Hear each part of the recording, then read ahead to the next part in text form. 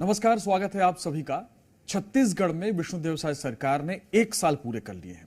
इस दौरान साए साए फैसले करके विष्णुदेव साय सरकार ने लोगों की जिंदगियों को बदला है।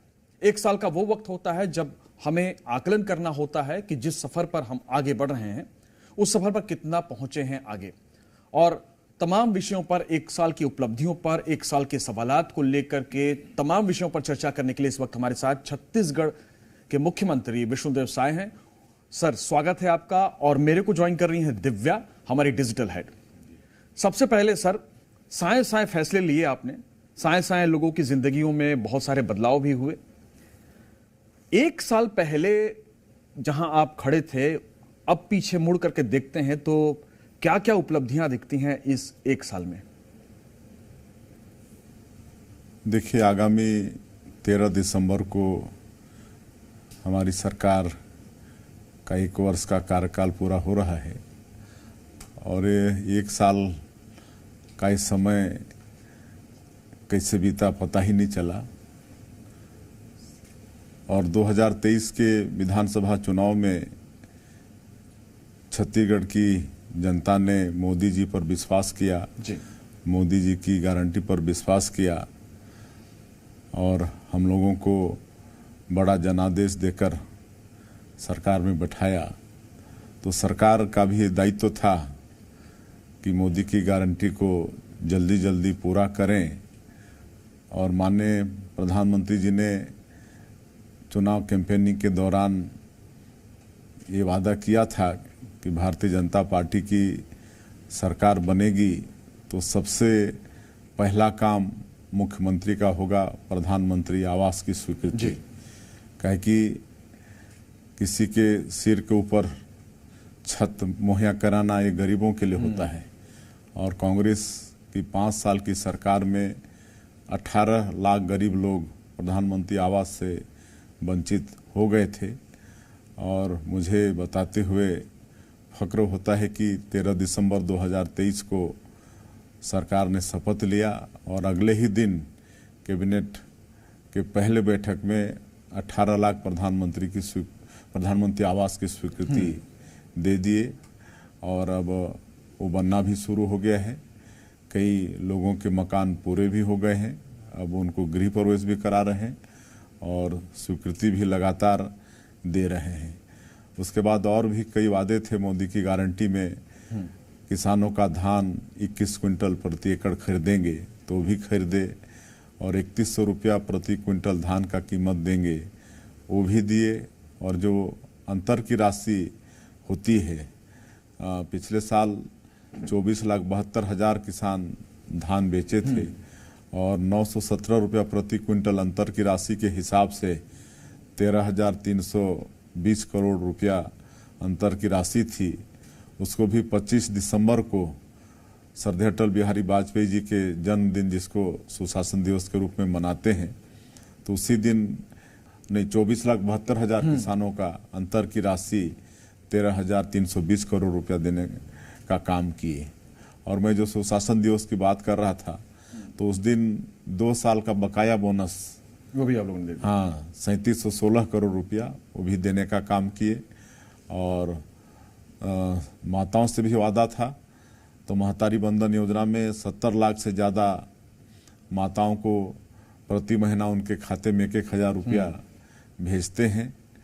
तेंदुपत्ता जो आदिवासी क्षेत्रों में आय का एक प्रमुख जरिया होता है और 13 लाख परिवार तेंदुपत्ता से भी जुड़े हैं, तो उनका कीमत, तेंदुपत्ता का कीमत 4,000 से बढ़ा के 5,500 किए, बोनस भी देना प्रारंभ किए। रामलला दर्शन योजना शुरू किए। पीएससी घोटाला की जांच आज सीबीआई कर रही है और उसमें भी दोषीदार लोग दंडित होना शुरू हो गए हैं। तो इस तरह से काफ़ी कम समय में मोदी की गारंटी को पूरा करने का सरकार प्रयास की। और विशेषकर जो बस्तर का क्षेत्र है, जहां आज भी 5 जिले नक्सलवाद से प्रभावित हैं, तो वहाँ भी हमारे सुरक्षा बल के जवान बड़ी मजबूती के साथ नक्सलवाद से लड़ाई लड़कर आज उनके बदौलत हम लोग उस क्षेत्र में भी शांति मतलब बहाल करने में कामयाब हुए हैं, तो हम ये बोल सकते हैं कि हमारी जो उपलब्धि है एक साल की, ये समय को देखते हुए काफ़ी कुछ है। सर, जब उपलब्धियों की बात होती है किसी भी सरकार की, तो उसके साथ में एक शब्द जरूर जुड़ता है, चुनौतियां। आप जब आए सरकार में, उससे पहले 5 साल कांग्रेस की सरकार रहकर गई, तो चुनौतियां आपके सामने बहुत सारी रही होंगी। जैसे आपने बताया, सबसे बड़ी चुनौती लगती है राज्य में जो एक देश में नारा चल रहा है मोदी की गारंटी, उसको राज्य में सफलतापूर्वक कैसे लागू करेंगे। तो ये भी एक बड़ी चुनौती थी, और नक्सलवाद एक इस राज्य की हमेशा से बड़ी चुनौती रही है। पर आपको क्या लगता है, आपके लिए बड़ी चुनौती क्या थी इस 1 साल में? जनता में विश्वास अपना बनाना या कुछ और? देखिए, एक तो जनता का विश्वास हासिल करना ये भी एक बड़ी चुनौती थी।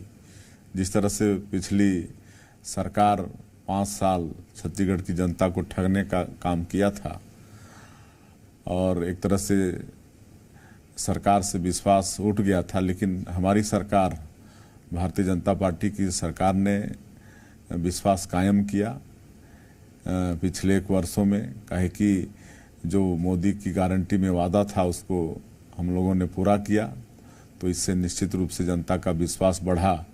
और पिछली 5 साल की सरकार में करप्शन हावी था, बिना पैसे का कोई काम हो नहीं रहा था, हर चीज़ में घोटाले हुए।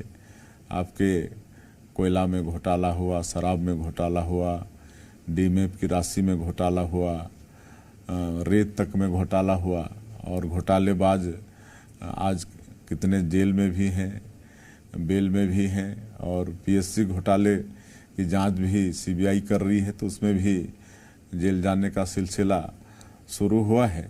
तो इस तरह से हमारी सरकार जब आई तो इनको दंडित करना भी शुरू किए, तो उससे भी जनता का विश्वास बढ़ा हम लोगों के ऊपर में। पीएससी का इस साल जो रिजल्ट आया, उसमें बिल्कुल ग्रामीण परिवेश के किसान के बेटे चुन के आए। टॉप 10 के जो बच्चे थे, अभिभावक के साथ हमसे मिलने आए थे, और इतने खुश थे, बहुत खुश थे वो लोग। और सबने कहा, अभिभावकों ने, कि अब आपकी सरकार पर हम लोगों का पूरा भरोसा है कि अब आपकी सरकार में कोई पक्षपात नहीं होगा। तो ये विश्वास जीतने का काम हमारी सरकार ने किया। सर, जब राष्ट्रीय स्तर पर बात होती है, आज भी हम जब दिल्ली में बैठ के बात करते हैं और जब छत्तीसगढ़ राज्य का नाम आता है, तो आज भी पहला सवाल या पहला शब्द दिमाग में नक्सलवादी आता है। तो ये जो पहचान है, इसको बदलना बहुत बड़ी चुनौती है। कैसे अगले 4 साल का प्लान होगा आपका, ताकि नक्सलवाद इज इक्वल टू छत्तीसगढ़ ना लोगों के दिमाग में रहे, और वो जो नई पहचान देंगे वो क्या हो सकती है? देखिए, एक तो ये छवि जरूर थी देश में और दुनिया में कि छत्तीसगढ़ नक्सलवाद से ग्रसित है, और ऐसा लगता था लोगों को कि पूरा छत्तीसगढ़ ही ग्रसित है, जबकि ऐसा नहीं है। छत्तीसगढ़ के कुछ ही जिले, करीब 5 जिले, वो भी पूरे नहीं, 4 जिले पूरे और 1 जिले का कुछ भाग ग्रसित है। लेकिन जिस तरह से 1 साल के अंदर में मजबूती के साथ हम लोग नक्सलवाद के साथ लड़ाई लड़े हैं, और 1 साल के अंदर ही 213 नक्सली मारे गए, 1,500 से ज़्यादा नक्सली या तो आत्मसमर्पण किए हैं या उनकी गिरफ्तारी हुई है, और आज नक्सली बैकफुट पर आ गए हैं। और नियत नेलानार योजना, जिसका हिंदी अनुवाद है आपका अच्छा गांव, इसके माध्यम से हम लोग लगातार सरकार की योजनाओं को लोगों तक पहुंचाने का काम कर रहे हैं। सुरक्षा कैंप आज करीब 37 खुल गए हैं, और जिसके माध्यम से करीब 96 से ऊपर गांव में सरकार की सब योजनाओं को पहुंचा पाने में हम लोग सफल हुए हैं। वहां आज सड़कें बन रही हैं, उनके घरों में बिजली पहुंच गई है, उनके घरों में नल द्वारा पानी पहुंच रहा है, उनका राशन कार्ड बन रहा है, उनका आयुष्मान कार्ड बन रहा है। वहाँ स्कूल जो बंद पड़े थे उसको खोल रहे हैं, अस्पताल की व्यवस्था कर रहे हैं। तो ये सब विकास का काम वहाँ पर हो रहा है। और इस समय वहाँ पर एक बस्तर ओलंपिक भी करा रहे हैं। काहे कि उनको देश दुनिया से जोड़ना था, तो एक हम लोगों ने समझा कि खेल के माध्यम से भी इनको जोड़ सकते हैं। तो बस्तर ओलंपिक अभी चल रहा है और हम लोग को उम्मीद नहीं थी कि वहाँ के जो 18 साल से लेकर 35 साल के युवा हैं वो इतना ज़्यादा खेल के प्रति आकर्षित होंगे। तो 1,65,000 पंजीयन हुआ, जिसमें महिलाओं की संख्या भी आधी, और वो लगातार निचले स्तर से चल रहा है। और समापन में हमारे देश के यशस्वी गृह मंत्री अमित शाह जी आ रहे हैं। 14 तारीख को बस्तर ओलंपिक का समापन भी हो रहा है। तो इस तरह से नक्सलवाद से भी मतलब हम लोग मजबूती के साथ लड़के बस्तर में शांति व्यवस्था कायम कर रहे हैं। महिलाओं का जिक्र किया आपने, और जी। एक साल के कार्यकाल में एक मास्टर स्ट्रोक माना जाता है महतारी वंदन योजना, और माना यह भी जाता है कि उसका फायदा आपको विधानसभा चुनाव में हुआ, जिसकी वजह से भारतीय जनता पार्टी सत्ता में आई।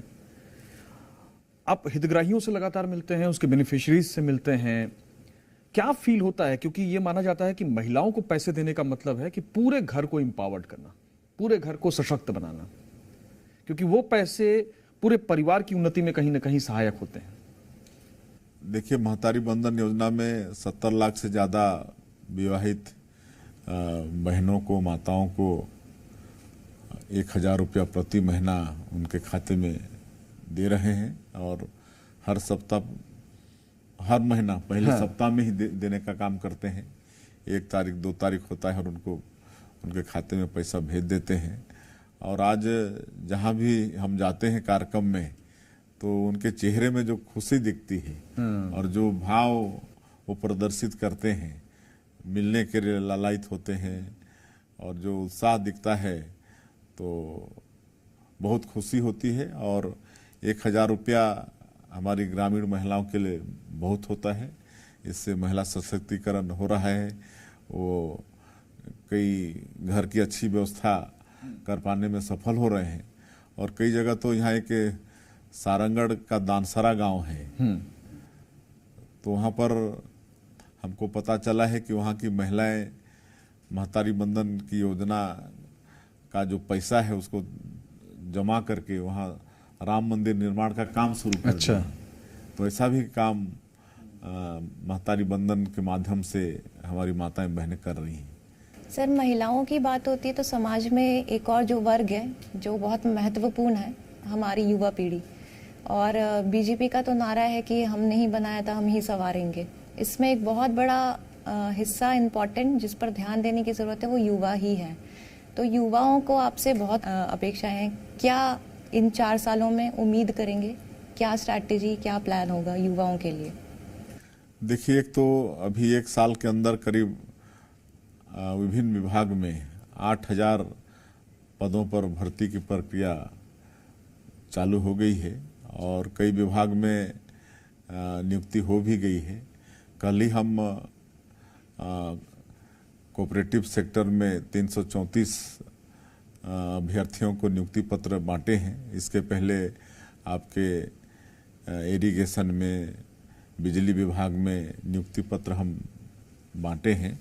तो इस तरह से लगातार रोजगार देने का काम भी हो रहा है। और एक हम नई उद्योग नीति हमारी सरकार लॉन्च की है, और नई उद्योग नीति को हमारे जो वाणिज्य उद्योग विभाग के मंत्री हैं उनकी टीम है, बहुत दिन तक विभिन्न वर्गों के साथ सलाह मशवरा करके बैठ करके नई उद्योग नीति बनाए हैं और उसको लॉन्च किए हैं। और इसमें विशेषकर युवाओं को, ST SC के लोगों को, रिटायर आर्मी के लोगों को, दिव्यांगजन को, महिलाओं को, और अग्निवीर के जो रिटायर हैं, ऐसे लोगों को विशेष महत्व दिए हैं कि अगर वो लोग उद्यम के क्षेत्र में आगे आते हैं तो उनको सरकार विशेष सुविधा देगी। और रोजगार का भी बड़ा उसमें महत्व दिए हैं कि कोई उद्यमी अगर अपने उद्योग में 1,000 या उससे ज़्यादा रोजगार देता है तो उनको और ज़्यादा सरकार फैसिलिटी देगी। ये सब नई उद्योग नीति में व्यवस्था है और ये सब कर रहे हैं। तो हमको लगता है कि इससे भी बेरोजगारी दूर होगी। अच्छा सर, एक चीज़ और कि अभी जो आपके सरकार के कामकाज को लेकर के पूर्व उप मुख्यमंत्री टी.एस. सिंहदेव से सवाल पूछा गया, तो उन्होंने आपका धन्यवाद दिया और आपने ये भी वादा किया कि जो काम चल रहा है विकास का उसमें कोई अड़चन नहीं आएगी, वो कंटिन्यू रहेगा। लेकिन जब टी.एस. सिंहदेव से पूछा गया कि 10 में से कितने नंबर देंगे, तो उन्होंने सिर्फ 5 नंबर दिया आपको। देखिए, विकास के काम तो खूब हो रहे हैं, हर क्षेत्र में हो रहे हैं। जैसे मैंने अभी गिनाया, मोदी की गारंटी का काम पूरा करने का प्रयास हम लोग कर रहे हैं। और आज मतलब व्हीकल बिक्री, गाड़ियों की बिक्री में पूरे देश में हमारा प्रदेश नंबर 1 है, जबकि छत्तीसगढ़ से और कई बड़े बड़े प्रदेश हैं। जाहिर तो ये प्रमाणित करता है कि हम लोगों के हाथ में पैसा दिए हैं, चाहे वो धान का कीमत ज़्यादा दे के दिए या बोनस की राशि दिए या महतारी बंधन तो छोटी राशि है, लेकिन फिर भी जब लोगों के हाथ में पैसा गया तो कॉन्फिडेंस बढ़ जाता है। कॉन्फिडेंस बढ़ा और ये वाहन खरीदने में भी सक्षम हुए हमारे लोग। सर, एक सवाल और यहाँ पर आता है, आपने अभी धान खरीदी की बात की। कांग्रेस विपक्ष के पास ये एक बहुत हमेशा का स्ट्रांग मुद्दा है, जब से आपकी सरकार बनी है, वो धान खरीदी को लेकर लगातार अटैक कर रही है। आरोप कई तरह के लग रहे हैं, ये भी लग रहे हैं कि धान खरीदी जितनी बताई जा रही है हो नहीं रही है। ऐसे में किसानों को लेकर आप इस मंच के जरिए क्या मैसेज देंगे? देखिए, कांग्रेस झूठ बोलने में माहिर है और जिस तरह से 2018 के विधानसभा चुनाव में बड़े बड़े वादे किए थे, 36 वादे किए थे और 5 साल में एक भी वादा पूरा नहीं किए, इसलिए उनको 2023 में सरकार से हाथ धोना पड़ा। और झूठ बोलने में लोग बहुत माहिर हैं। और आज हम लोग काम कर रहे हैं, लेकिन उनके पास विपक्ष में है तो विरोध करना है, इसलिए विरोध कर रहे हैं। उनके विरोध में कोई सच्चाई नहीं है। धान खरीदी की व्यवस्था जितनी अच्छी हमारी सरकार ने जब 15 साल सरकार में थे तब से किए हैं, कहीं कोई दिक्कत नहीं, पेमेंट में दिक्कत नहीं, बारदाना में दिक्कत नहीं।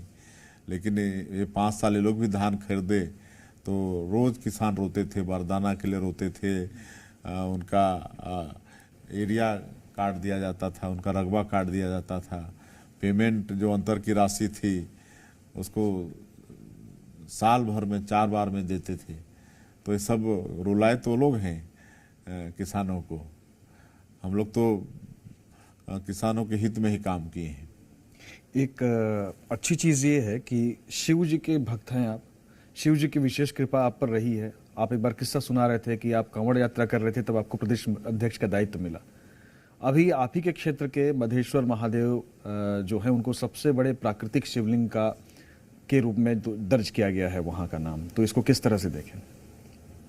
हाँ, से हम तो शिव भक्त है ही हैं।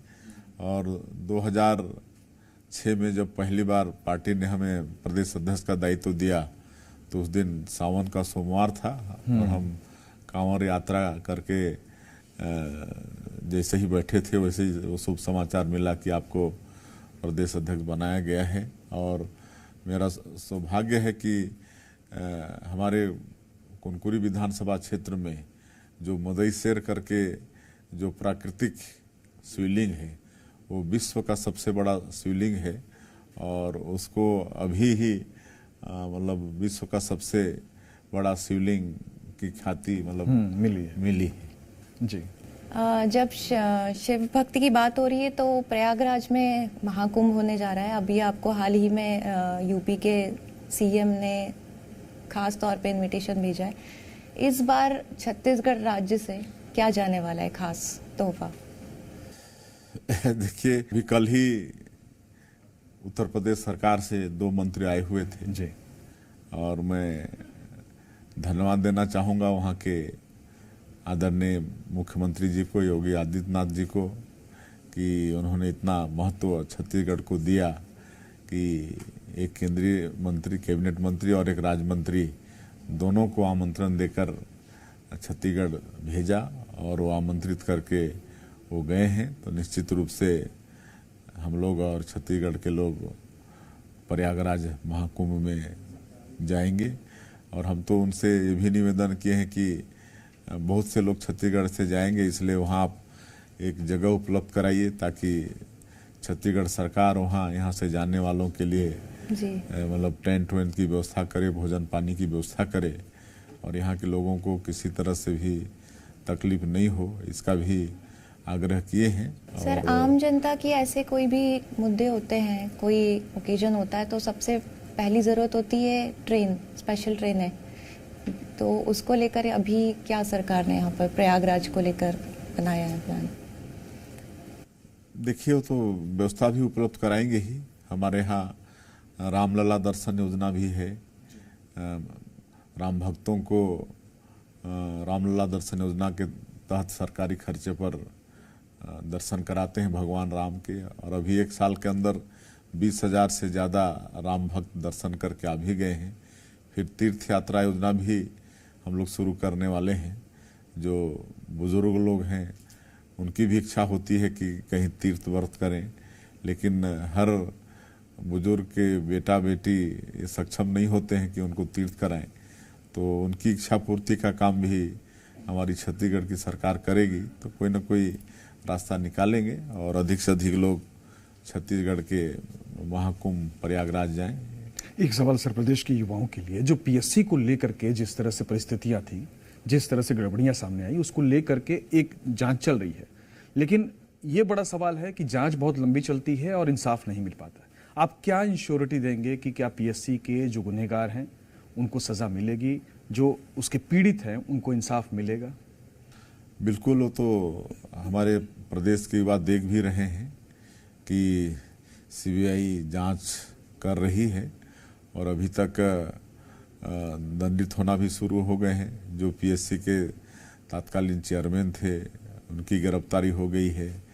जिन्होंने गलत तरीके से अपने बच्चों का उसमें सिलेक्शन कराया था वो भी दंडित हो गए हैं। और जो समय एग्ज़ाम की जो नियंत्रक थी वो भी दंडित हुई है। तो इस तरह से युवाओं का विश्वास तो बढ़ा है, उनको विश्वास हो गया है कि अब पीएससी में जो भी दोषीदार हैं वो बख्शे नहीं जाएंगे। 1 साल का सफर पूरा हो चुका है, 4 साल बाकी है। अब बड़ा सवाल ये है कि चूंकि मंत्रिमंडल में 2 जगह खाली है, तो इसको लेकर के जब आप दिल्ली जाते हैं तो कयासों का बाजार शुरू हो जाता है। तो बड़ा सवाल है कि 2 पोस्ट भरे जाएंगे, उसको लेकर के कुछ तय हुआ है? परफॉर्मेंस के आधार पर भी फेरबदल संभव है क्या? नहीं, देखिए 2 जगह तो खाली है मंत्री के, तो भरे ही जाएंगे जी। और बाकी तो सब सरकार ठीक काम कर ही रही है। और आगे 4 साल है, 4 साल में मोदी की गारंटी को भी पूरा करेंगे। जो बच्चे हैं उसको सुशासन भी स्थापित करेंगे और रोजगार भी ज़्यादा से ज़्यादा हमारे युवाओं को देंगे। औद्योगिक क्षेत्र में भी नई उद्योग नीति के माध्यम से यहाँ लोगों का रुझान भी आ रहा है। अभी कुछ दिन पहले ही एक इंडस्ट्रियल मीट किए थे जिसमें करीब 27 समूह कंपनी के साथ एमओयू भी हुआ है और 35,000 करोड़ का करीब इन्वेस्टमेंट आने वाला भी है। और लगातार और भी सूचना आ रही है, लोग और भी आने वाले हैं। चलिए सर, बहुत बहुत शुक्रिया। आगे वाले 4 साल के लिए बहुत सारी शुभकामनाएं। आप इसी तरह प्रदेश के लोगों के हित में लगातार फैसले लेते रहें और जो छवि बनी हुई है साए सरकार की, उसी तरीके से साए लोगों की जिंदगी में बदलाव होता रहे। बहुत बहुत शुक्रिया हमसे बातचीत करने के लिए। जी धन्यवाद आप लोगों का भी।